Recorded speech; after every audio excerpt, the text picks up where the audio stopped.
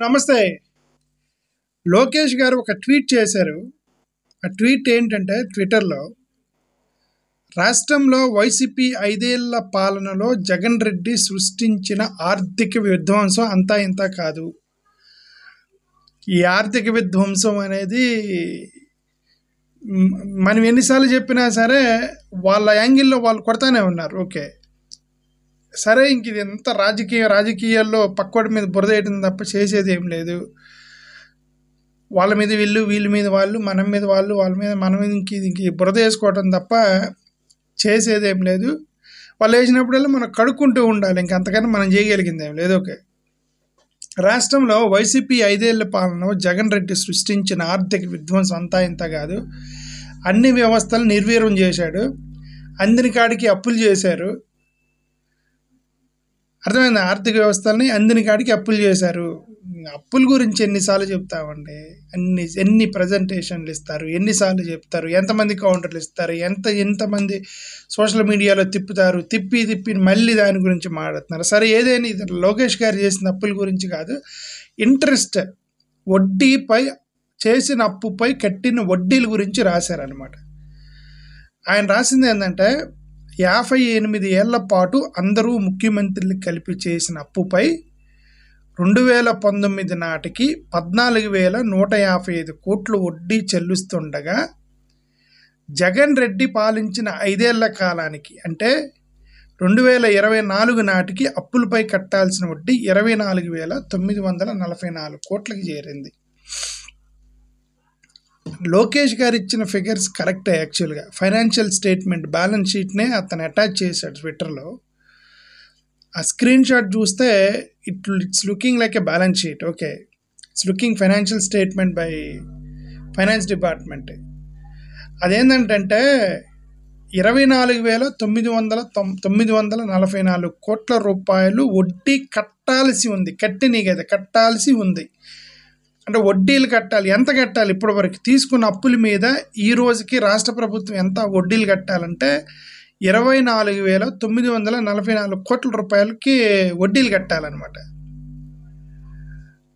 లోకేష్ గారి వర్షన్ ఏంటే 2019 వాళ్ళ ప్రభుత్వం అయిపోయేసరికి కట్టాల్సింది 14,155 కోట్లు.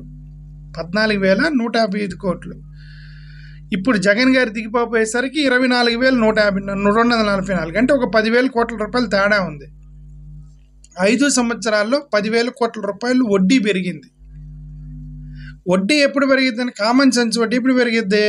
నువ్వు తీసుకున్న అప్పు కట్టకపోతే వడ్డీ పెరిగిద్ది.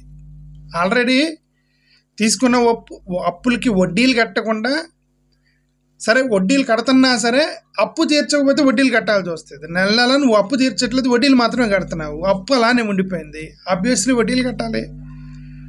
అవి కాకుండా మళ్ళీ ఎక్స్ట్రా అప్పులు తీసుకున్నారనుకోండి, మళ్ళీ వాటికి వడ్డీలు కట్టాలి. ఓకే, నీకు వడ్డీ ఎప్పుడు తగ్గిద్ది? కామన్ సెన్స్ కదా అది.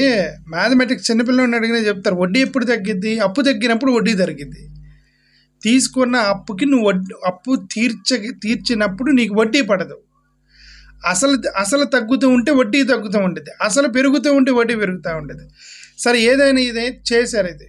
అయితే ఈయన లాజిక్ ఏంటంటే 55 అంటే స్వాతంత్రం వచ్చిన దగ్గర నుండి, అంటే ఆంధ్రప్రదేశ్ అవతరణ వచ్చిన దగ్గర నుండి ఈ రోజు వరకు కట్టాల్సిన వడ్డీ 14,000 అయితే కేవలం జగన్ ప్రభుత్వంలో 24,000 అంటే ఆయన ప్రభుత్వంలో డబల్ వడ్డీ కట్టాల్సి వచ్చింది అనేటువంటి ఒక లాజిక్తో పెట్టాడు ఆయన. యాక్చువల్గా ఆయన చేసిన వర్షన్ అది.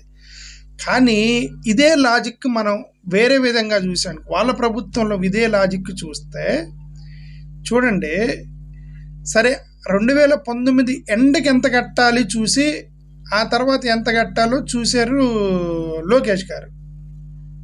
డబల్ అయిందన్నారు. అదే లాజిక్తో 2019 ఎండకి ఎంత ఉందో చూద్దామా. 2019కి ఎండలో ఎంత ఉంది అది చూద్దాం ఉండండి. ఇక్కడ చూడండి, 2013-14కి కట్టాల్సిన వడ్డీ 7,488 కోట్లు. 2013-14 వాళ్ళ ప్రభుత్వం బిగినింగ్లో 7,488 కోట్లు కట్టాలి. 2018-19కి 15,342 కోట్లు కట్టాలి. డబుల్ అయిందా? డబుల్ అయింది కదా. వాళ్ళ బిగినింగ్కి వాళ్ళ ఎండింగ్కి డబుల్ అయింది కదా. జగన్మోహన్ రెడ్డి గారితో డబల్ కాల, ఒక 10,000 పెరిగింది అంతే. 15,000 రూపాయలు బిగినింగ్ ఉంటే జగన్ గారిది అయిపోయేసరికి 24,000 ఏంటంటే ఒక 10,000 పెరిగింది. డబల్ అంటే 30,000 కోట్లు అవ్వాలి కదా. 15,000 బిగినింగ్లో ఉంటే ఎండింగ్కి అంటే 30,000 డబల్ కొట్టి వీళ్ళది డబల్ అయింది కదా. 7,480 నుంచి 15,342 కోట్ల రూపాయలు డబల్ అయింది. అంటే ఇప్పుడు మనం కూడా ఈ 58 సంవత్సరాలు అంటే 56 సంవత్సరాలు భారతదేశ అవతరణ వచ్చిన దగ్గర నుండి ఆంధ్రప్రదేశ్ అవతరణ దినోత్సవం దగ్గర నుండి 2014 వరకు మనకు కట్టాల్సిన వడ్డీలు 7,485 కోట్లు అయితే కేవలం వీళ్ళ ప్రభుత్వంలోనే 15,342 కోట్లకు పెట్టాల్సి వచ్చింది. అంటే 56 సంవత్సరాల్లో చేసినటువంటి అప్పుల వడ్డీ కేవలం తెలుగుదేశం ప్రభుత్వం చేసిందని మనం కూడా అన్నాం అనుకో. ఫ్యాక్ట్స్ అండ్ ఫిగర్స్ కరెక్టే కదా. ఇప్పుడు నువ్వు జగన్ అన్న లాజిక్తోనే ఇది కూడా, ఈ లాజిక్ కూడా కరెక్టే కదా. అంటే this is called playing with figures, manipulation ఏం కాదు. How do you project? అమ్మాయిని పెళ్లి చూపులకి వెళ్ళిన తర్వాత అమ్మాయిలో ఉన్న లోటుపాట్లు చెప్పకుండా పాజిటివ్స్ మాత్రమే చెప్తారు. ఇప్పుడు పెళ్ళిళ్ళు చేయటమే. అబ్బాయి అయినా అమ్మాయి అయినా, ఎవరైనా అమ్మాయి అయినా అబ్బాయి అయినా పెళ్లి చూపులకి వెళ్ళినప్పుడు వాళ్ళకున్న వీక్నెస్లు ఎవరు చెప్పరు. పాజిటివ్ వాళ్ళ వర్షన్లో చెప్తారు, వీక్నెస్లు దాచిపెట్టి. ఇది వీళ్ళు చేసేది కూడా అదే. వాళ్ళ యాంగిల్ వదిలేసి వేరే యాంగిల్లో ప్రజెంట్ చేస్తారు డేటాను. బట్ యాక్చువల్గా డేటాను దగ్గర పెట్టుకుని చూస్తే తప్ప ఏది నిజం ఏది కరెక్ట్ అని మనకు అర్థం కాదు. 2014-19కి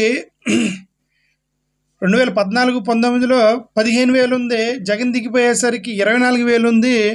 అంటే డబల్ చేశాడు. 56 సంవత్సరాలు చేసినటువంటి ఇంట్రెస్ట్ కేవలం 5 సంవత్సరాల్లో చేశాడు జగన్ అని కొట్టిన ఈయన. ఇదే లాజిక్తో 13-14 7,000 ఉంటే 18-19కి 15,000 ఉంటే మరి డబల్ అయిపోవాలి. వాళ్ళ ప్రభుత్వంలో కూడా 56 సంవత్సరాల్లో చేసిన ఆంధ్రప్రదేశ్ కట్టాల్సిన వడ్డీ కేవలం 5 సంవత్సరాల్లో చేశారంటే తప్పు. అది యాక్చువల్గా 5 సంవత్సరాల్లో చేయలే.